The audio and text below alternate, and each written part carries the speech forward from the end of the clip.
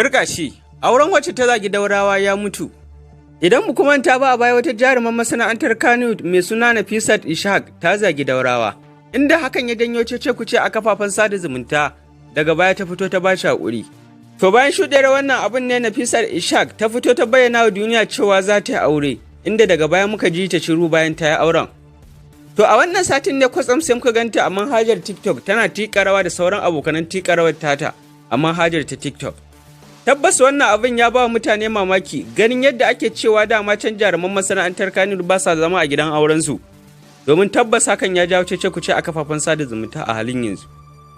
Sai dai mutane da dama sun tambaye Nafisat Ishaq akan fitowa daga gidan mijin nata bata ba su amsa ba.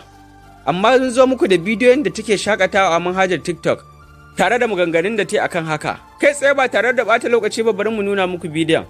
Amma kafin mu nuna muku bidiyon muna roƙonku da ku danna mana alamar like.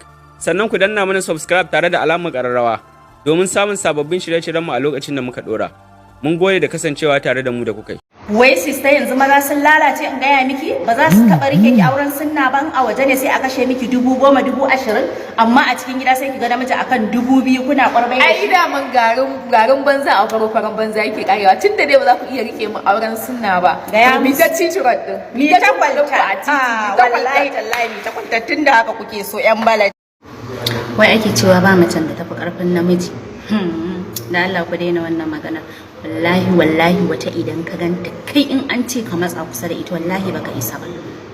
To nan ne zaka dora wa kanka. Kayan manya yaro yace zai dauka ta ina za a zauna lafiya. To idan ka san level ɗinka bai kai ba da Allah ka je ka nemi yar suya a wararka wadda idan kai mata juyen suya a warar nan na 1,000 kwana za ta yi tana tunaninka. Ma ka zo ka ga mace manta na 50,000 30,000 set din wankanta na wuni ɗaya sai ta hada 70,000 a jikinta ka ce ita kake so ka aura kuma ka kai ta gidanka wai saboda baka da adalci baka da ma tunani sannan baka da hankali ka zo ka ce wai irin abin yar suya awara zaka rinka yi mata to nemi yar suya awara ka ita ce daidai da kai ka gane ai ko yawa yanzu maza saboda ba kwa son gaskiya ba kwa son a faɗe ta in an faɗa sai ta yi zafi kawai saboda na ce idan ka san karanka bai kai tsaye ko ba nemi daidai kai kawai idan an baka shawara ba fa kuɗi kuka ban ba ni ma kuka in baku ba kyauta na zo na baku shawara na ce idan ka san kai gajere ne nemi gajera idan ka san kai dogo ne nemi doguwa idan ka san da aljihunka a cike yake to nemi kyakkyawa ka darje in kuma aljihunka to nemi yan mummuna ka karaka ba sai kuma abu ya zama masifa tun jiya kuke zagi na to billahi lazi yanzu ni wa'azin maza yanzu na soma daga yanzu ma haka zan mai da account ina mai wa'azin maza